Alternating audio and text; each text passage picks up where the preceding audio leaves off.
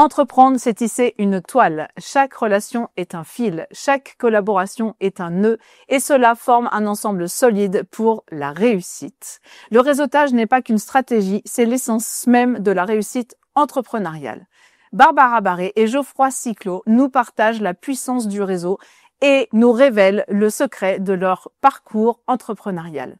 Bienvenue dans Le Temps d'un parcours, l'émission qui donne la parole à celles et ceux qui entreprennent avec courage et engagement.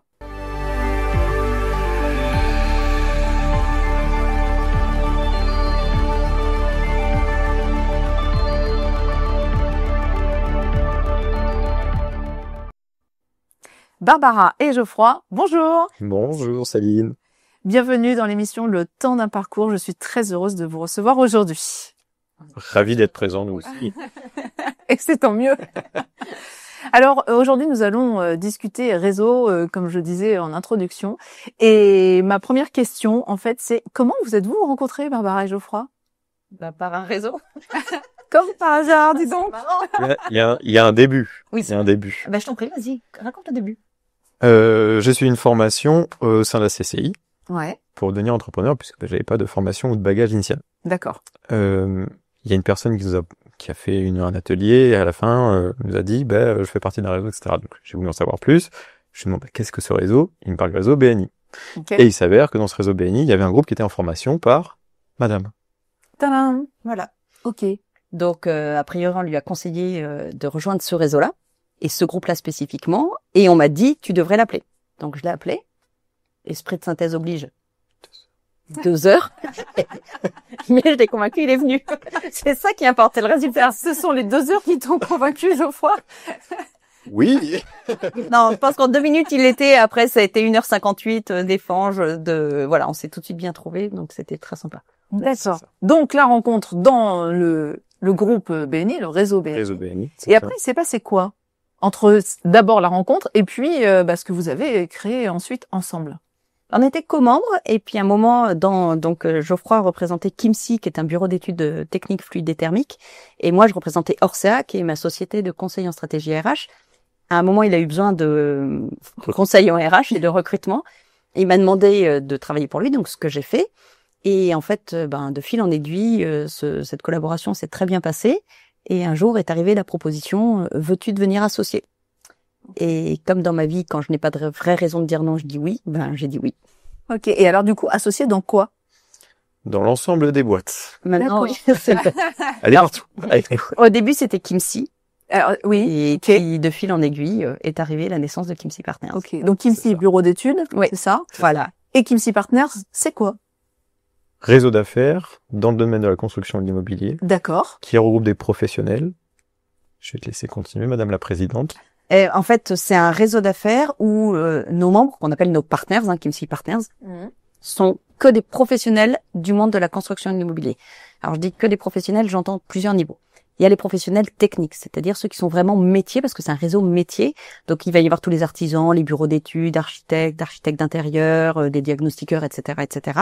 Tous les métiers qui interviennent techniquement sur un bâtiment, intérieur, extérieur du bâtiment, pour bâtiment particulier, professionnel, vraiment tout type de bâti.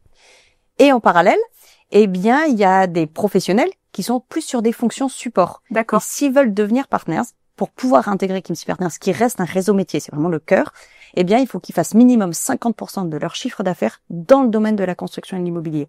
Parce que, par exemple, on peut être une très bonne agence de communication, mais si on fait que des sites internet pour divers secteurs d'activité, on n'a pas cette maîtrise des spécificités du monde de la construction. Oui, on n'a pas les immobilier. codes Exactement. du marché. Et il y a des secteurs où c'est pas nécessaire d'avoir des codes parce que c'est pas très particulier. Construction immobilier, c'est vraiment un monde à part. Ouais, c'est un monde à part. Il faut vraiment en avoir les codes.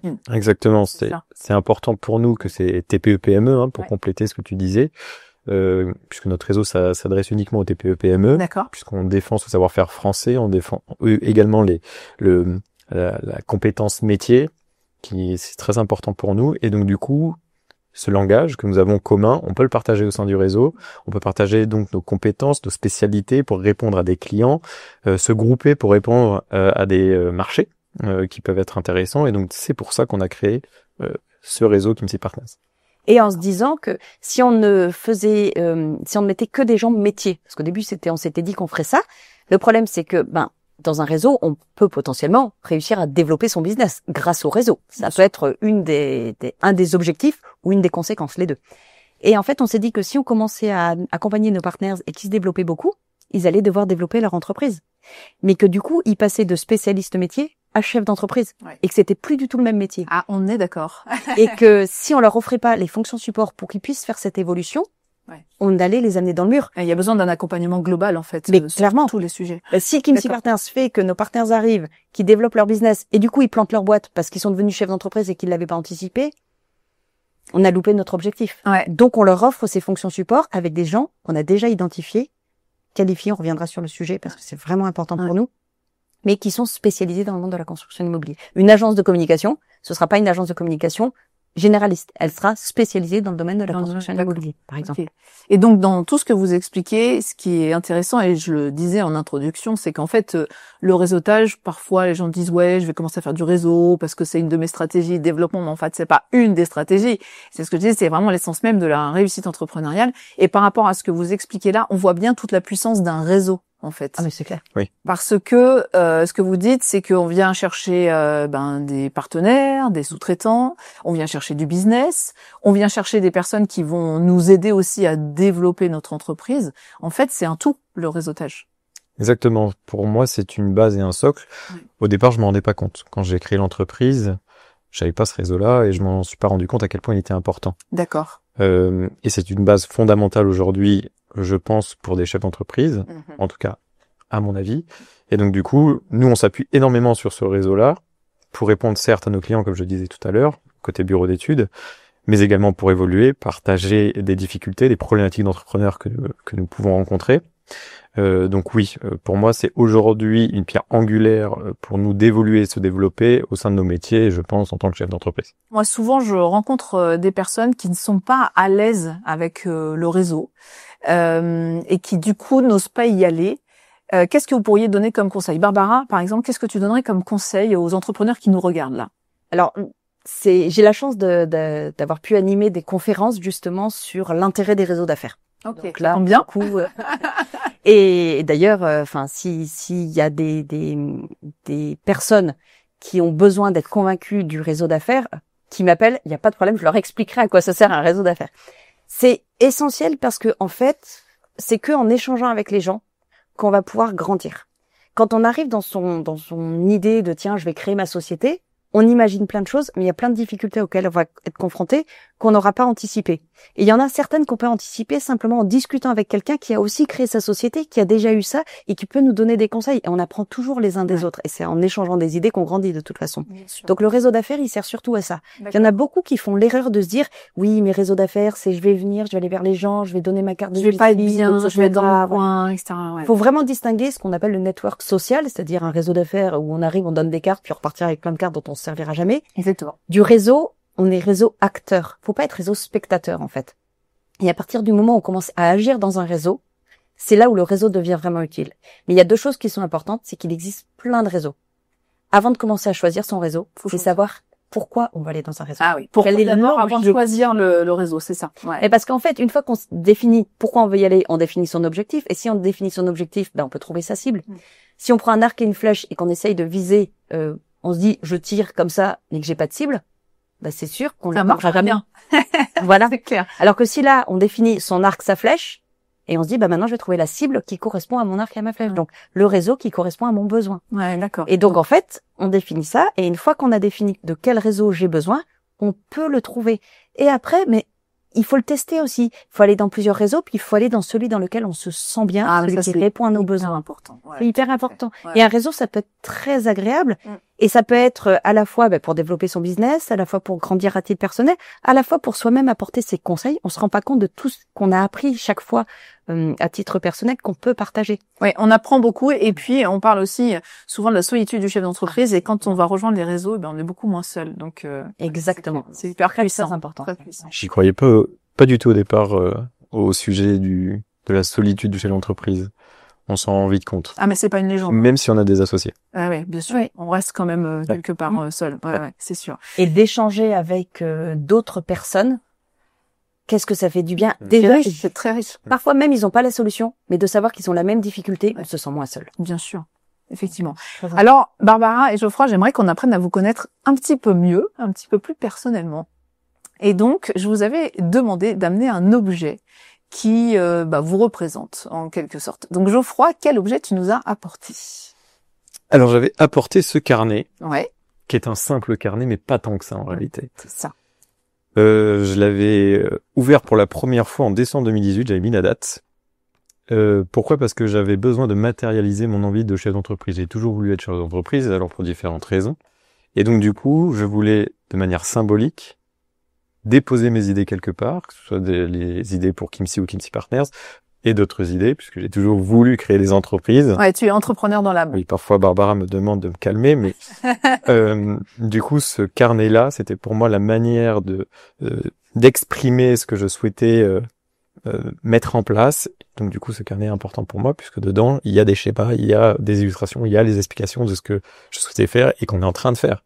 D'accord. C'est fort pour moi. Et tu continues à le compléter, à le remplir? Non plus maintenant. D'accord. Alors maintenant, j'ai une to-do list sur laquelle je mets toutes mes idées de création d'entreprise dans ma to-do list, mais je les... Parce que je le frustre.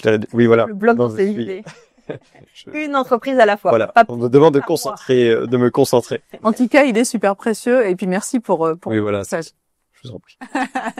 Et Barbara, qu'est-ce que tu nous as apporté à partager? Alors moi j'ai amené un livre parce que alors j'ai apporté non seulement un livre parce que le symbole livre c'est très important pour moi. Je parle beaucoup, mais je sais écouter et je prends beaucoup de temps de lire. J'ai tous les jours mon temps de lecture, c'est vraiment très important pour moi.